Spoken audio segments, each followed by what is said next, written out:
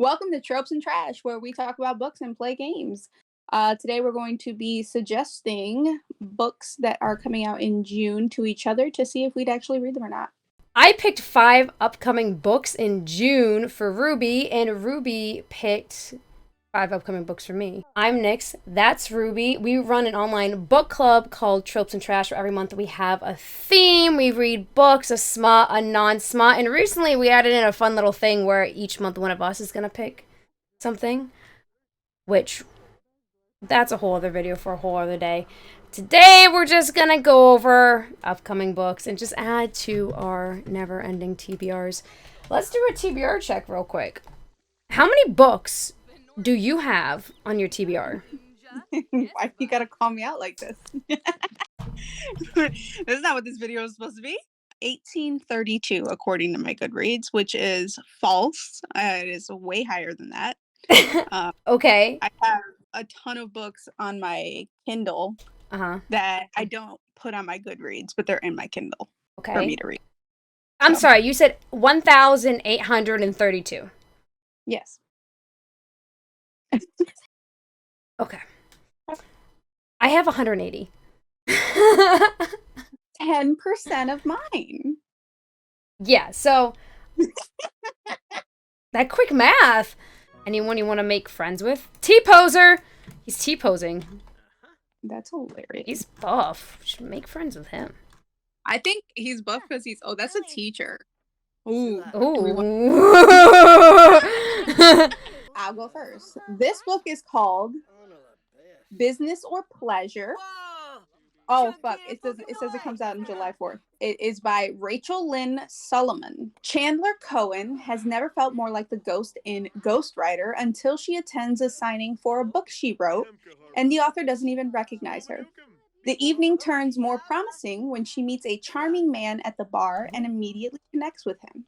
But when all their sexual tension culminates in a spectacularly awkward hookup, she decides this is one night better off forgotten. Unfortunately, that's easier said than done. Her next project is ghostwriting a memoir for Finn Walsh, a C-list actor, best known for playing a lovable nerd on a cult classic werewolf show, who now makes a living appearing at fan conventions across the country. Chandler knows him better from their one-night stand of hilarious mishaps. Chandler's determined to keep their partnership as professional as possible, but when she admits to Finn their night together wasn't as mind-blowing as he thought it was, he's distraught. He intrigues her enough that they strike a deal. When they're not working on his book, Chandler will school Finn in the art of satisfaction. As they grow closer, both in and out of the bedroom, they must figure out which is more important, business or pleasure, or if there's a way for them to have both. Immediate hot take. First off, this teacher's very defeated. Secondly, the ringing bells triggering me. I can see why you picked this for me, because it's celebrity, kind of. And you know I love celebrity. I'm gonna give it a pass. Here's why. This book doesn't have personality. That's my hot take. I feel like there's nothing... He's not even like an A-list. He's a C-list actor. This celebrity ain't celebritying. But also, he got really upset that she was like, yeah, the sex wasn't great. He's a C-lister. Like, yeah, he's got nothing the going good for sex him. is all he has. Yeah, I thought it had a potential of, like, character arc. Like, a really good, like, you start off, like, this is very bland and then kind of grow up. So I thought that maybe, like, it would give you a little more character development. I'm seeing a potential of 3 stars max. Also, it was purple. Oh, well, you should... You said it was purple. In. This book is called Dante, A Dark Mafia, Chicago Ruthless, Book 1, by Sadie Kincaid. I'm an idiot, and my screenshots were incorrect, and what I said was Dante was not a book called... It was not the Dante Chicago book. It was The Heat, a dark mafia romance book. Mine! The moment I lay eyes on Sydney Lewis, that is the only word my mind can conjure. She is the promise of everything I could never have, the light drawing me out of my darkness. I have no business touching her, corrupting her, defiling her. And yet, I can't stay away. No matter how she cries out from the pain I inflict on her stunning body, no matter how many times I wring those sweet sounds of pleasure from her lips, it is never enough. By the time she finally realizes who I am, it's far too late to save her. I cannot bring myself to let go of the only good and pure thing in my life, even if doing so might keep her from the true danger. Me, the monster in her bed. By the time she finally realizes who I really am, I feel like I would realize who he was the second he started inflicting pain on my body. But at least he thinks it's stunning, I guess. No, usually with like mafia romances and stuff, they're either like an opposing mafia member who's out to like get the daughter out of revenge towards the father or something Well, like he that. says he's Doesn't know inflicting the full pain picture. on Yeah, her but a lot of mafia romances are like BDSM. and a little It is possessive. all the things that I enjoy. But you already have it I on your feel list. like, huh? I said, but you already have it on your list. No, the author wasn't familiar to me. I just don't think there is enough for me to like pick it up over any other mafia book besides it being in Chicago. I also hate the name Sydney. Yeah, that's fair. I mean, wait, what against City? Do we not like? It's just like what he's gonna call city her names? Sid. It's just like it's He's really not gonna call her Sydney. He's probably gonna call her something stupider. Yeah, he's gonna give her a nickname, but like I have to read the fact that like this person's name is Sydney, and that's just not a hot name. And I'm bisexual. I want both of their names to be hot. A Kingdom of Whispers. A Kingdom by of Whispers. Jyna Maeng. I don't know how to say the name. It's spelled with a Y. Don't know. This was just published yesterday. Arla knows she is worthless. As the only highborn princess with no magic, Arla is shunned by her father and disregarded by her people. She wanders her castle alone, resigned to living the rest of her life in shame, but she surprisingly finds solace in her baby brother, the newborn prince, the only one who seems to accept her. But when sickness threatens his life, the king calls for saviors to find a magical plant in the forest to heal him. Desperate to save her brother and prove to her father that she's worth something, Arla volunteers to go. But no one has ever entered the forest and survived. To make things worse, the journey becomes more perilous when she meets Leo, a soldier who hates all highborns, especially royals like Arla. Despite this, Arla finds herself falling for his grumpy scowls and stoic nature, but she tries to ignore these forbidden feelings because the one thing that is not allowed between their classes is romance. To survive, Arla must become stronger than she ever thought possible and work together with her newfound friends against terrifying, supernatural dangers. But the forest has other plans, revealing centuries-old secrets that trigger events that will change the course of her life forever. Here's the part that got me. Newborn brother. I was like, ooh, I don't care anymore. The second you said that, I was like, wow. But it says the newborn prince, the only one who seems to accept her, but like... How does a newborn accept somebody? Like, it's not even saying anything. It's just drooling on itself. It's not super clear if he's still a baby or if this baby grows up and like looking up to her as an older, sibling. Why do all fantasy book titles sound the same? Because it gets us every time. It just works. Mm-hmm. The Gilded Survivor, The Blood Tournaments, Book 1. By Daniela A. Mera. When the prison healer and the Hunger Games meet. No matter what, you do not surrender. Carmen, I'm gonna butcher this, I am so sorry. Asbaje only needed two things in her life. Her closest friend and her flamenco shoes. Shelter was optional and love was a lie used to inflict pain on others. Born with blood magic that she wasn't supposed to have, Carmen lived with fatal secrets. When the fiercely competitive blood tournaments drew near, Carmen was forced to meet with her former tournament champion, Antonio Castellas, to save her friend's life. After that meeting, a spark of passion ignited inside of her. Forbidden infatuation. When her accidental blood magic audition was leaked, Carmen received national attention, was entered into the upcoming blood tournament. Impersonating an elite was a crime punishable by death, yet there was no escape. She never should have been elevated to elite status, but if she refused to compete or her past was uncovered, she would be endangering the life of everyone connected to her. Leading up to the tournament, Carmen discovered the elite culture was savage, venomous, and relentless. If she didn't win, the streets would run gold with her blood. Be captivated by Carmen's story as it entwines with classic themes of social status and family loyalty, as well as courage under fire in order to survive against all odds. Comes out June 22nd. I honestly feel like that was a really bad synopsis. Straight up, that synopsis sucked. Just so confused. It was so weird. I'm also confused. Why did you pick this one? Because it just had Hispanic characters? No, because it was YA dystopian, and I honestly don't think I actually read anything from it. I think I was just like, YA dystopian, Hunger Games. Nice. She loves Hunger Games.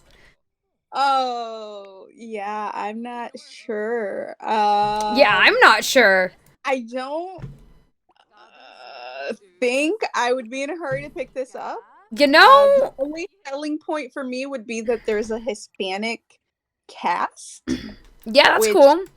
I love, but yeah, literally she's like meets with a former champion. I'm like, okay, that's exactly a flamenco champion. Okay. I'm gonna say, why is their blood gold? I don't know what an elite is. Okay. This is called Faking It with My Best Friend by Kate O'Keefe. Okay. It comes out June 15th. The two of us have been best friends forever. But one of us is faking it. Rin. Gabe and I are the dynamic duo of Hunters Creek, the small town in Washington where we live. As best friends, our bond is as tight as a bungee cord, but even though he's loyal, sweet, and totally hot in that flannel-wearing lumberjack way of his, he's always stayed securely in the friend zone, despite the fact I was head over heels in love with him in high school. Just as I'm complaining that nothing ever happens here, Hollywood comes to town. Bringing its over-the-top movie madness energy along for the ride is Hollywood hottie Joe Turner. No way. Turns my head in a big way. Gabe does not seem pleased. In Gabe's POV, do you know what really gets under my skin? No good, full of themselves Hollywood guys named Joe Turner who hit on my best friend. Doesn't Rin know that she deserves so much better than that guy? He'll use her up and spit her out when he leaves town. Yet, no matter what I say, she goes for him anyway, and I'm not happy about it. Who am I kidding? I hate it. What's more, the Hunters Creek Ladies Committee, aka a bunch of women with nothing better to do, have been trying to matchmake Rin and me forever. They seem to think that the simple fact we're both single means we're perfect for each other. Listen up, it takes more to fall in love than to think your best friend is the most beautiful, clever, kind-hearted, and funny woman you've ever met. Wait, could they be right? Oh, that fox died. Oh, that's depressing. So I'm on team hook up with the celebrity. I am not on team best friend who, like, has just been kind of lurking forever in the shadows waiting for his chance. Like, I'm kind of not here for that. I'm kind of both. Like, fuck the celebrity while he's in town, and then get with your, you know, the guy that you've been in love with for forever. I feel like that, I see issues with that. Just a couple. And, you know, that's okay, because I probably would do it anyways. Let's go. What color is it? It is blue. Okay. I know you have a lot of blue. I'm sorry. No, I mean, that's fine. You know, I don't know. I will say the title was misleading. When I first clicked on this to read it, I thought it was going to be like a fake dating kind of thing. Yeah, I thought so too. I thought that's where this was going, but that's fine. Yeah, I'm still in it. I feel like she's going to end up with the friend, and I feel like she's not going to end up with the celebrity. I'd put that in the maybe. That's a solid maybe for me. You know, that my hot take is that it's a lukewarm take. It's this is okay, could be better kind of take. I think it's a cute little like rom-com, contemporary romance, whatever. I will say it has a 4.42 on Goodreads, 110 ratings. Wow, that's actually really good. Yep, and it comes out on the 15th of June. I'm kind of going outside the box for this one. Lisa C. Lady Tan's Circle of Women. This is actually, I think, getting a lot of traction right now, to be honest. The latest historical novel from New York Times bestselling author Lisa C., inspired by the true story of a woman physician from the 15th century China, perfect for fans of C's classics Snowflower and the Secret Fan and The Island of Sea Woman. Now here's the actual synopsis. According to Confucius, an educated woman is a worthless woman. But Tan Yunxian, sorry, I'm really bad at pronouncing things, born into an elite family yet haunted by death, separations, and loneliness, is being raised by her grandparents to be of use. Her grandmother is one of only a handful of female doctors in China, and she teaches Yunxian, the pillars of Chinese medicine, the 4 examinations: looking, listening, touching, and asking, something a man can never do with a female patient. From a young age, Yun learns about women's illnesses, many of which relate to childbearing, alongside a young midwife in training, Mei Ling. The 2 girls find fast friendship and a mutual purpose, despite the prohibition that a doctor should never touch blood while a midwife comes in frequent contact with it, and they vow to be forever friends, sharing in each other's joys and struggles. No mud, no lotus, they tell themselves. From adversity, beauty can bloom. But when Yun is sent into an arranged marriage, her mother-in-law forbids her from seeing Mei Ling and from helping the women and girls in the household. Yun is to act like a proper wife, embroider bound foot slippers, pluck instruments, recite poetry, give birth to sons, and stay forever within the walls of the family compound, the garden of fragrant delights. How might a woman like Yun break free of these traditions, go on to treat women and girls from every level of society, and lead a life of such importance that many of her remedies are still used 5 centuries later? How might the power of friendship support or complicate these efforts? Lady Tan's Circle of Women is a captivating story of women helping other women. It is also a triumphant reimagining of the life of a woman who was remarkable in the Ming Dynasty and would be considered remarkable today. I picked it because you love things from like a variety of cultures, and then strong feminism, and just a lot of strong female leads, it looks like. And it's like a retelling from a real, based on a real woman, so I thought maybe. The book of the month options. Oh my god, was it? Yeah. So you knew about this one? Yeah. And you didn't pick it? No. Did you think about it? Yeah, it was one that I was like, I'll probably read the ebook version, but I wasn't like in a hurry to get a physical copy of it. Okay. So, I was like slightly accurate. So this is the start of a series. Okay. The series name is The House of Atreus. Okay.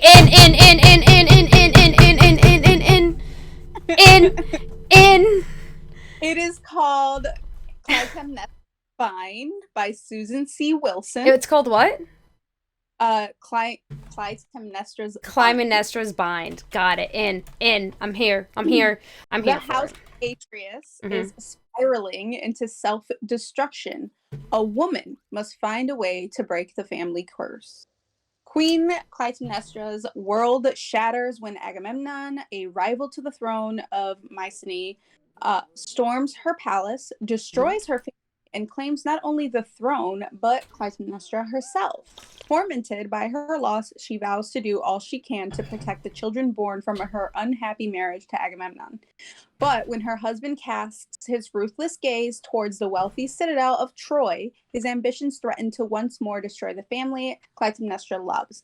From one of Greek mythology's most reviled characters, a woman who challenged the absolute power of men, comes this fiery tale of power, family rivalry, and a mother's burning love. And it comes out June 15th. I'm getting it. That's an absolute. If it's Greek mythology, if it's a retelling, especially if it's an accurate retelling, I am so super here for it. I know nothing about this author, but I have such high hopes. And the House of Atreus is chaotic, crazy drama. It is the Real Housewives. It makes the Real Housewives look like nothing happened. Like, it looks like Jersey Shore and nothing happens. Like, it is absolute chaos at all times. And I'm super here for that. I'm just so excited for that. I want it. I need it. What color is it? It's white. It's white, gold, and black. That's very upsetting.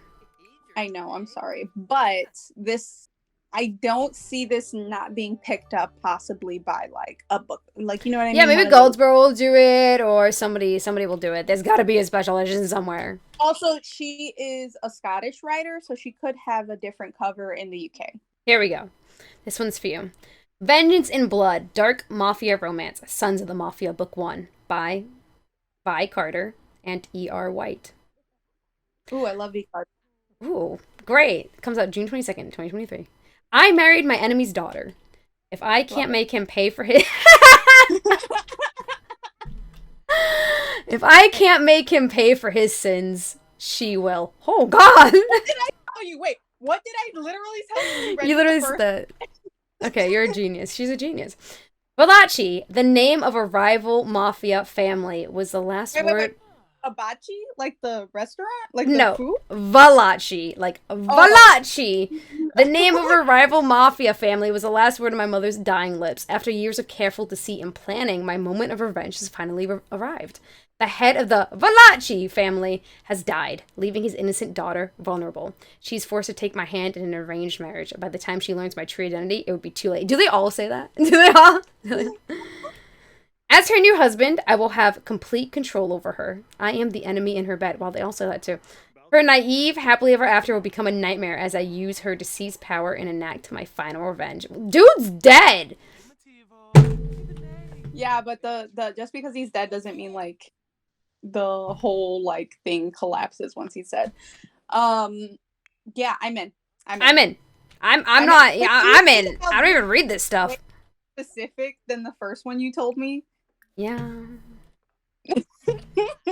Listen. I'm like, and it's arranged marriage. I'm in. It's like my favorite trope. Arranged marriage is a great trope. There is nothing wrong with arranged marriage. So great. It's so great. And I have a hunch that, like, he kept it because why would he be arranged to marry his enemies? Unless they didn't know that he was enemies and he's just been... He was always in love with her. I love how he was always in love with her trope. I really do. I know. Everyone loves that trope. And when the guy falls first. Guy falls first. Wait. We need to find the hottest person and get him to crush. Okay. Let's go crush hunting. Yeah, let's go crush hunting. Sad girls.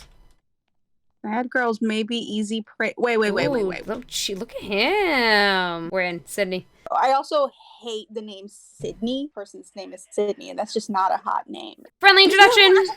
Wait, his name is Sydney. Oh God. Okay. I think he. Ready? Okay. We just watched Bring It On. Oh, no. All right, I Think He Knows by Katie Bailey. What does he know? It's giving I Know What You Did in school last summer. But like the Fall Out Boy song. I fell in love with Carter James Callahan's smart mouth smirk long before it was labeled the sexiest smile in Hollywood. Ooh, celebrity. I also fell for his broad, muscular shoulders, his impossibly blue eyes, Nope. Not going there anymore, because while Carter may frequent my dreams every night, I will only ever frequent his friend zone, which is why I'm on an official mission to rid myself of my pesky feelings for him. I'm going to put myself out there, start dating, and stop hopelessly crushing on my best friend. Good for you. I know this is for the best. It would never work between us. I'm a single mom with an impressive collection of stained sweatpants. He's a serial dating celeb heartthrob who never wants to be tied down to anything or anyone. So when the media breaks a story that Carter is getting married, nobody is more shocked than I am. Especially when I click on the article and see that his mysterious fiance is me? He didn't even ask her? That's a homie. You know, I actually have a good amount of friends that I could just, like, probably do that too. If I was a celebrity, they'd open it and be like, oh, we're getting married. They'd just be like, all right, whatever. I'm gonna get a lot of hate for this. You hate that she's a single mom? Yes! I don't like kids. I'm sorry. Whatever maternal instinct, like, skipped over me. I don't like children. I don't like kids. I don't like kids. If it wasn't for that, I would have been, like, super, super, super down, honestly, for this book. And you know what? I might still do it. Yeah, looking at the cover, you can't even, like, there's no chat, there's nothing. It's just him and her. But then also, it's, like, not even a full sentence. It's like an afterthought in the synopsis, which is weird. That she's a single mom? Yeah, it's just like, I'm a single mom. And then that's all you get. I mean, maybe it'll give me like a Gilmore Girls kind of vibe, you know? Maybe. Where are we? We're at career day, obviously.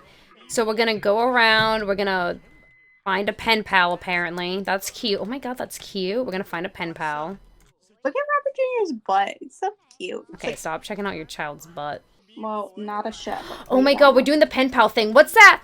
What's that movie? What's Love, Simon? We're gonna have a Love, Simon moment. I didn't watch Love, Simon. Oh my, you don't watch Love, Simon? Okay, so I got one. I actually don't know how you're gonna feel about this, but I wanted to take the gamble.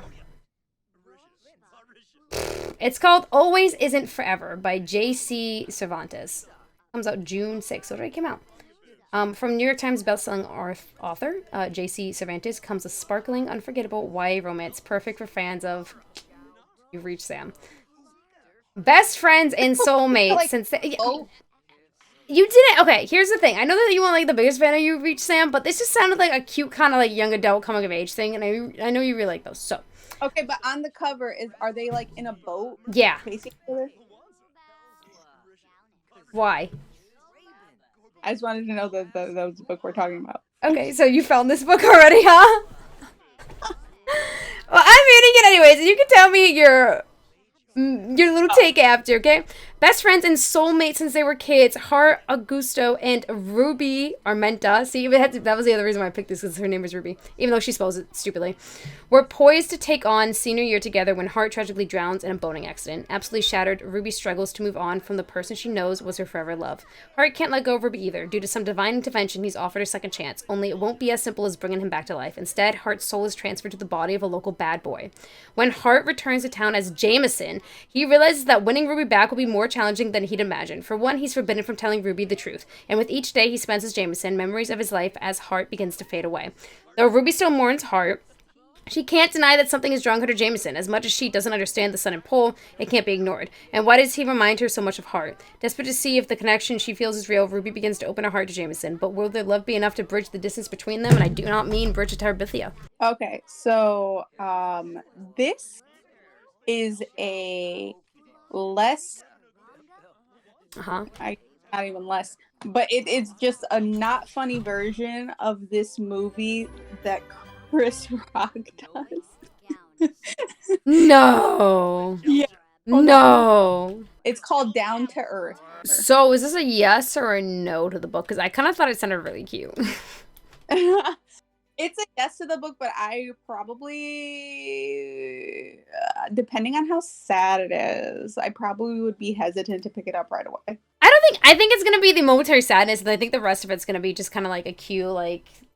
I don't think it's gonna be. It was kind of giving me, and I know it's not at all like this, but it was kind of giving me like perfect chemistry, and I am obsessed with perfect chemistry. It was good. I liked it. Our failed attempt of suggesting books for each other. Clearly, we don't know. Yeah, we really didn't do great. I expected more from us. You know what? It's not our fault that our kind of books aren't being Let's published. blame June. I was with you there. Let's blame June. Yeah. So June, not the month, as we found out, and July might be like much better, hopefully. So we'll have to do a July video. Let us know if you plan on reading any of these books. Maybe they'll be added to our TBR if you drop down some suggestions below based on what we were saying. I'm sure everything is going to be added to your TBR. But hey, if there's any books coming out in June that we didn't mention, you should totally just tell us about them. But next time, we have learned to be better. You're hard because you look at things like all day long. You're always like scrolling through new books. I'm not hard. I literally didn't look at anything that I think that